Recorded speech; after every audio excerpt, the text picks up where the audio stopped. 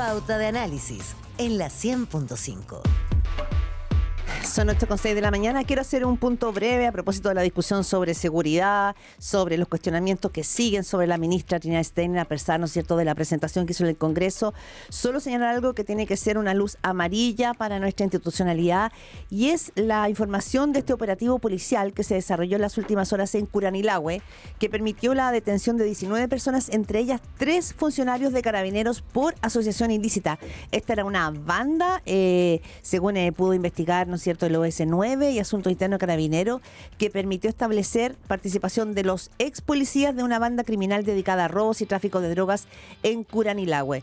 La buena noticia es que las instituciones funcionan, la mala noticia es la cooptación del crimen organizado a nuestros policías. Así que simplemente hacer ahí el punto. Y ya lo tenemos con nosotros cuando son 8:07 de la mañana. Claro, es Óscar Landerreche, como lo había dicho recién, economista, ex presidente Codelco, también académico de la Universidad de Chile. Buenos días. Hincha de la Universidad de Chile. El entrevistado anterior era sordo. Está muy alto. No, pero es que rudo. No, es que está más acá el control donde tenemos un problema de sintonía. Gente mayor que a veces trae. Gente mayor, está bien. Eres muy joven, Óscar Landerreche. No sean edadistas. Edadistas, sí. Qué bueno tenerlo por acá, señor Landerreche. ¿Cómo le va? No, encantado. Siempre es bonito madrugar para venir a Radio Pauta. Ustedes Sí. tienen como estándares. Así, o sea, que, Nosotros somos muy antiguamente se disciplinados. decía que esto era horario panadero. Así se Sí. decía. Bueno, Y la nosotros ya verdad es que convivimos sí. con ellos. Y la Oye, verdad es que sí, para quienes vieron más lejos, a las 5:20 Oye. ya hay que estar arriba. de coincidencia, Codelco fue noticia en Sí. las últimas horas, pero ya venía siendo hace un par de días Sí. y por cuestiones complejas. Como exdirector de Codelco, la primera mirada, la pregunta evidente es a Bernardo Fontaine, pero también la preocupación que genera este balance interno que muestra que habrían inflado cifras en diciembre. Se tiene que volver a revisar Sí. eso, pero suena grave porque eso, primero, permite alcanzar las metas proyectadas y segundo, activa los bonos millonarios para algunas personas. Exacto. No, yo creo que, a ver, yo no me he leído la auditoría esa y por lo tanto no voy a dar una opinión técnica sobre algo que no he leído. Pero claro, es delicado, son delicados los titulares, pero también mi experiencia es que muchas veces aparecen titulares de Codelco que después cuando uno rasca se da cuenta de que no era tan así como dice la prensa. Entonces yo llamaría a la cautela. Son 20.000 toneladas Sí, extra que aparecen. yo llamaría a la cautela y a revisar las cosas. Mi experiencia es que eso es una empresa extremadamente difícil de manejar, muy desafiante. Yo siempre le voy a dar el beneficio de la duda a la gente que se hace cargo de ese transatlántico. Y mi sugerencia es que la gestión se hace dentro de la empresa más que por la prensa. Lo digo con Ahora, mucha eso me claridad. llamó la atención, Óscar Landerreche. Bueno, tú estuviste en Codelco, que los traspasos normalmente en Codelco uno ha visto que son bastante amables, Sí. entre uno y otro. Esta es la primera vez que veo un enfrentamiento como tan evidente. Y no solo, ahora veremos qué pasa con el nuevo presidente del directorio, Bernardo Fontaine, pero ya vimos, ¿no es cierto?, que se mostraron los dientes, lo voy a decir muy coloquialmente, el ministro de Hacienda Jorge Quiroz con Máximo Pacheco, en que el ministro Quiroz le decía a usted, bueno, no hay autocrítica, y él le respondía el tema de la humildad. Entonces, ¿qué será lo que y qué configura, ¿no, esta tensión previa, esta antesala de la tensión, porque la auditoría entiendo que todavía está en curso? O sea, yo puedo hablar por mi experiencia. Cuando Sí. a mí me tocó asumir, el presidente anterior fue Gerardo Jofré, una persona, bueno, de derecha, digamos, un director de empresa con mucha trayectoria. Bueno, obviamente éramos personas de distinto tipo político. Yo tenía en el directorio a gente, no sé, como Marcos Vigi, cosas así, y la verdad es que yo siempre me voy a acordar de una reunión privada con algunos de ellos en que me decían, Óscar, nuestro objetivo es estar siempre de acuerdo en el directorio y agarrarnos de las mechas, pero aquí en privado, ¿te fijas? Y resolver las cosas en el bien de la empresa. Y esa fue la forma de trabajar. Entonces la gente era como divertido porque íbamos al directorio, estaba como todo cocinado, así como Saldívar, pero era porque habíamos trabajado horas y horas y horas sacándonos los ojos, pero Claro. en privado, digamos, Claro. no, esta cifra, esto, lo otro. Yo sugeriría esa manera de trabajar. Yo creo ¿No que te gusta esto tan público? es que lo que pasa es que yo encuentro que cuando alguien mira una empresa de la complejidad de Codelco, esto por si acaso no es solo cierto de Codelco, es cierto que cualquier gran empresa, es súper fácil tener una opinión liviana de que las cosas se están haciendo mal para alguien que, oye, si lo pusiera ahí a cargo de Codelco, Dios mío, digamos. Es re fácil, no es como la gente que comenta el fútbol, así, ¿no? Yo lo haría estupendo como técnico del Real Madrid. No creo, ¿cierto? Entonces yo sugeriría más bien que la gestión se hace adentro, ¿Y la gestión que están haciendo en Codelco te parece buena? ¿Es eficiente? Porque al final de cuentas entiendo que las empresas miden eso, ¿no? ¿Es eficiente o no es eficiente? Claro, yo creo que lleva mucho tiempo la empresa con problemas que son bastante estructurales y te voy a ser bien sincero, es bien difícil distinguir en Codelco de los problemas que tiene, si son algunos de ellos, si cuánta responsabilidad tiene la última gestión y cuánta responsabilidad tiene el problema estructural que ya estábamos enfrentando nosotros hace 30 años atrás. Y yo encuentro un poquito injusto. ¿Y cuál es ese problema estructural para entenderlo? No, el problema estructural es que si tú tomas la 30, 40 años de Codelco, la reinversión del dueño, o sea, el Estado en la empresa, es del orden del 10% de las utilidades. Si tú tomas cualquier empresa minera del tamaño comparable a Codelco, es 40%. Eso significó que durante 10, 20, 30 años no se invirtió en mantener las faenas de una manera en que se pudieran explotar bien, ¿ya? Y se aplazó eso un poco abusando del hecho de que Codelco en el fondo tiene muy buenos yacimientos. Entonces, en el fondo tú no invertías, pero como tenías tan buenos yacimientos, igual ganabais plata, pero en el fondo era pan para hoy, hambre para mañana. Y ahora estamos en el Y hambre. ahora estamos en la mañana, y ahora estamos en el mañana y es bastante tarde. Entonces, ya cuando yo me asumí, piensen ustedes, hace 10 años atrás, ¿no? Ya estábamos atrasados, hicimos un esfuerzo por reorganizar los proyectos estructurales, echamos a andar Chuquicamata Subte, pero ya era tarde, y ya Nelson Pizarro, que trabajó conmigo, yo me acuerdo, él me dijo, mire, nosotros estamos haciendo un esfuerzo para que esto ande, me dijo, si todo sale bien, me acuerdo perfecto, una reunión en mi oficina, me dijo, si todo sale bien, él me decía jefatura, que es una cosa que dicen en el norte, jefatura, me dice, si todo sale bien, ¿no es cierto? Vamos a tener un bache de producción pequeño, más o menos en esta época, pero me dijo, en 50 años de minería nunca salió todo bien. Esa es la frase que me quedó, y dicho y hecho. Entonces me cuesta un poquito sumarme a la capotera, tanto a este presidente de Codelco, como al anterior, como al que sigue, porque yo sí conozco muy de cerca la dificultad estructural y además entiendo la importancia que tiene para la economía chilena. Así que eso, de mí no van a encontrar otro más para las capoteras. Capotera, en este caso a cualquiera, al que viene, al que fue. No, pero más allá de la capotera, yo creo que la preocupación para los chilenos, para las chilenas que no entiende la gestión, ¿no es cierto?, específica ni de la minería ni de Codelco, porque tiene que ver en el fondo con cuál es el tono. O sea, acá hay políticas de Estado, en el caso de Codelco se requiere, ¿no es cierto?, una mirada hacia afuera, hacia cómo te ven los otros. Esto no es... Yo estoy contigo en eso, en el siguiente sentido. Esto es muy parecido lo que pasó en la Junta de Accionistas y un poco esto que está pasando ahora.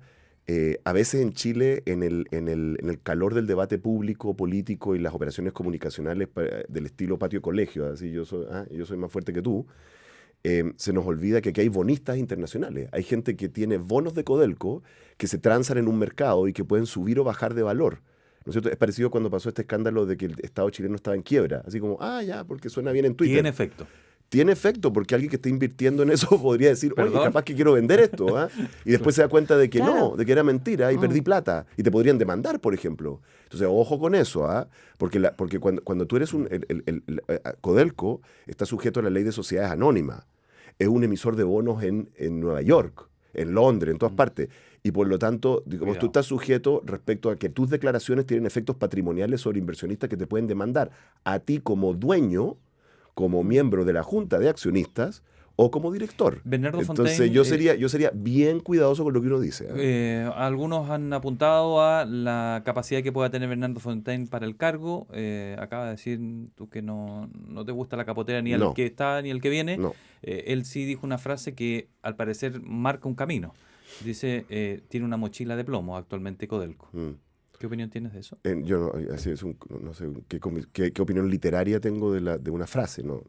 De nuevo, yo creo que hay que hacer análisis serio, ¿no? Entonces, o sea, tampoco sacaría conclusiones de que no está, porque dicen no está capacitado para el cargo. Tampoco. No lo sé. Yo no conozco su trayectoria profesional, lo conozco como un actor público, no lo conozco. Prefiero juzgarlo. Pero también es cierto que cuando yo asumí, era un profesor universitario que nunca había dirigido una empresa. Sí. Decía más o menos lo mismo. Y más o menos, la opinión es que lo hicimos más o menos bien. Sí. Entonces yo le daría el beneficio de la duda, Mi recomendación sería, la gestión no se hace en TikTok, la gestión no se hace en YouTube, Puerta adentro. se hace puertas adentro, y cuando uno hace declaraciones está pensando en el bonista que te va a demandar. Ahora- Para que lo entendamos. ¿sí? Ya, Oscar Landerreche conversando acá en Pauta Análisis, y para ir pasando a otros temas, pero si la primera misión de Bernardo Fontaine va a ser auditar la gestión de Máximo Pacheco, ¿eso se hace siempre, la auditar? O sea, No necesariamente. es decir, entonces acá está en la base la Debería, desconfianza. Hay una No sé, pero hay que recordar que hay una continuidad del directorio. ¿ah? Claro. El directorio en su mayoría sigue siendo el mismo de antes. Entran dos nuevos, sí. O sea, se estarían auditando a sí mismos. ¿Y no está mal? ¿No está mal? No, pues, ¿Está no, mal no, eso? Digamos, el directorio tiene 7 miembros, se renuevan 3. O sea, la mayoría del directorio continúa siendo el mismo que hace 5 minutos atrás. Entonces, está súper bien hacer auditorías externas. Yo soy muy partidario y, de hecho, Codelco constantemente las hace porque es parte de la ley, no es ninguna novedad. Perfecto. ¿Ya? Entonces, pero para entender, los responsables de la gestión de Codelco son el directorio, de los cuales algunos siguen siendo los mismos que hace 5 minutos atrás. Entonces, para que nos entendamos, o sea, esto es una institución seria, sujeta a la ley de sociedades anónimas, además de leyes públicas. Y yo sugeriría más bien ponerse en ese marco, en el marco de gestión corporativa de una empresa muy grande y muy seria. Perfecto. Usted escucha a Oscar Landerreche, economista, exdirector de Codelco, académico de la Universidad de Chile. La economía está estancada. La pregunta suena fácil, la respuesta a veces suena Claro. raro. La economía está estancada y requerimos una reforma tributaria para salir de ese estancamiento. A ver, yo no creo que sea una descripción correcta decir que la economía está estancada. Es una economía que está creciendo 2%, Ya, no crece está poquitito. estancada. No, es una economía que está en su nivel de crecimiento potencial, que ha ido bajando y está en un nivel muy bajo. Pero no es una economía que está estancada, eso no es real. Ya. Lo que pasa es que todos sabemos que para llegar a donde queremos llegar, que es ser un país desarrollado, equitativo, necesitamos crecer más que esto. O sea, necesitamos por lo pronto crecer más que el promedio mundial. Ya. Eso sería como Ya. ¿no? Y durante la mayor parte de la historia de la época de oro del crecimiento, la transición, la concertación, digamos, crecimos más que el resto del mundo y ahora crecemos menos. Entonces, no está estancada. La segunda parte de tu pregunta, ¿requerimos una reforma tributaria? Yo creo que una reforma tributaria estructural, o sea, las cosas como estructurales que están siendo planteadas como reintegración tributaria, esquemas de invariabilidad, todas estas cosas como largas, grandes, profundas, ¿deberían ser parte de un paquete de reactivación del crecimiento de la productividad? Sí. Y la experiencia de los países que llegaron al nivel de ingreso per cápita que tiene Chile, así, siempre se habla de las Irlandas, Nueva Zelanda, todas se llaman Landa, como Landerreche, por supuesto. Ya. Esto es para demostrar que los economistas no Sí. somos tan arrogantes como No. ustedes piensan. Ya, ok. Entonces, Mira, ya. entonces todos esos países, tú ves que cuando le pegaron un impulso para pasar de clase media, por así decirlo, a desarrollado propiamente tal, ¿no? Porque, incluyeron paquetes tributarios así estructurales. No exactamente que estamos discutiendo, pero cosas por el estilo. El punto es el siguiente, no solamente hicieron eso. Por ejemplo, Irlanda hizo rebajas tributarias muy significativas para las corporaciones. De hecho, un poquito también se les salió la cola por los calzones. Un rato fueron medio paraíso tributario. Sí, digamos una las cosas cosa como son. medio Ya, oscurita ahí. pero hicieron eso, pero además hicieron una reforma educativa que los pasó de ser de un nivel de gasto en educación tan grande que pasaron de ser el peor sistema educativo de Europa al mejor en 20 años, un nivel de inversión en infraestructura que ni te explico. Entonces, mi punto es que es cierto que necesitamos reformas estructurales, estoy hablando de las reformas tributarias de largo plazo, y yo soy partidario de algunas de estas discusiones que estamos teniendo, pero creer que eso solo va a funcionar, no hay mucha Ya. evidencia de que eso resulte. Sí, la ¿Te fijas? pregunta también tiene que ver, ¿no es cierto?, con que esto se llama un proyecto de ley de reconstrucción nacional. Entonces, Claro. la pregunta es primero si el país estamos en un momento en que necesitamos una reconstrucción. De nuevo, a mí no me gustan esta como lógica como dramática de YouTube, digamos. Yo creo que eso es para los youtubers. Ya. ¿no? Pero en el fondo, gracias, ya, digamos. puede ser para los youtubers, sí o sí. No, súper legítimo ser youtuber, pero cuando uno está a cargo pero del Ministerio de política, Hacienda... sí, pero es no, política. pero la política no tiene por qué ser de youtuber. No, Estoy pero de acuerdo. esto es política, así se llama y así se está discutiendo en el así Congreso. se llama. Yo encuentro que es un nombre que no describe bien el desafío. Ya. Porque yo creo que una palabra mejor es que Chile necesita una reactivación. Ahora, yo tengo una teoría distinta a la que está en la política, como creo que ustedes me han escuchado. Yo creo que hay que pensar en la reactivación en 2 tiempos. O sea, una cosa son estas reformas estructurales de largo plazo, que además son técnicamente más difíciles de implementar y políticamente más difíciles de implementar. Pero yo siempre he sido partidario de que Chile en este momento necesita una reactivación acelerada. Ya, pero Y eso requiere otro tipo de cosas. Mi pregunta es, interesante. porque la economía va de la mano de la política, o sea, es así. Por Y eso es que se llama economía política, por el eso ramo se que yo llama dicto. economía política que tú dictas, y esto es evidentemente más Sí. que nunca, ¿no es cierto?, el vértice Sí. de economía y política. Había una discusión respecto de cuánto el gobierno, el ministro Jorge Quirós, ha logrado, ¿no es cierto?, recoger no solamente son recomendaciones, los riesgos que ha puesto sobre la mesa, Sí. el Consejo Fiscal Autónomo, Sí. el Fondo Monetario Internacional, JP Morgan, Sí. la Corte Suprema respecto a Sí. los temas. Entonces, ¿hay, a tu juicio, oídos sordos en ese sentido? O normalmente los proyectos políticos pueden tomar o no tomar, digamos, Pucha, es voluntario. yo resumiría, lo que pasa es que, yo creo que hay que diferenciar las críticas, y estoy hablando de las críticas serias, ¿no? Las críticas más técnicas respecto del proyecto Tutti Frutti, como me gusta a mí, ¿no Ya. es cierto? ¿Te gustó ese Me encanta. ese mote? Además que me gusta mucho el Tutti Frutti. Ya. así que- Uy, ¿verdad que es rico? ¿Cómo estaría con un Tutti Frutti ahora? Que Ya, sí, ya, pero volvamos al punto. Hay dos planos de crítica que yo creo que son diferentes. Un plano de crítica es analizar el proyecto de ley en cuanto a su impacto en reactivación, que era lo que tú me estabas diciendo. Sí. Y ahí yo tengo crítica, en el sentido de que yo creo que algunas cosas del proyecto, que está lleno de leceras, me parece a mí realmente, pero algunas cosas del proyecto efectivamente van en esa dirección, pero no son suficientes. Tienen que ir complementadas básicamente con una política de infraestructura, una aceleración en la infraestructura pública y en la vivienda social. Eso es como básicamente mi resumen. Eso respecto de la reactivación de largo plazo estoy hablando. Lo que pasa es que hay otras críticas, ¿no es cierto?, que tienen que ver con la recaudación, o sea, con qué es lo que va a generar el proyecto a las arcas fiscales. Y las dos cosas pueden no ir en la misma dirección. Obviamente que el mundo ideal es que tú haces un proyecto de ley que además reactiva la economía y además recauda más, ¿ya? Pero eso no es real. Cualquiera que sepa un poquito de economía fiscal sabe que este tipo de reformas, las que está planteando, en el mediano largo plazo te va a generar un leve déficit, en el corto plazo uno grande, ¿ya? Más o menos yo resumiría lo siguiente. Si el gobierno pasado, si la política fiscal del gobierno pasado era básicamente tengo déficit para financiar políticas sociales, que eso fue más o menos lo que bien o mal, digamos, independientemente si son tan bien implementados o no, pero ¿no? Tengo déficit. Este gobierno básicamente está apostando a continuar con el déficit. Yo les creo que lo quieren lo más moderado posible, obviamente. Van a continuar básicamente en una política de déficit fiscal, pero para financiar medidas reactivadoras desde el punto de vista de ellos. O sea, no es cierto que las dos cosas... Entonces, algunas de estas críticas técnicas que dicen, oiga, cuidado porque este proyecto genera déficit, a mí me parece obvio del primer minuto. O sea, cualquiera que sepa un poco de economía fiscal sabía que este proyecto iba a generar déficit. No se necesitaba un tremendo reporte para eso. Ya, pero, el punto es que eso es evidente. Pero es un hecho de la causa, entonces.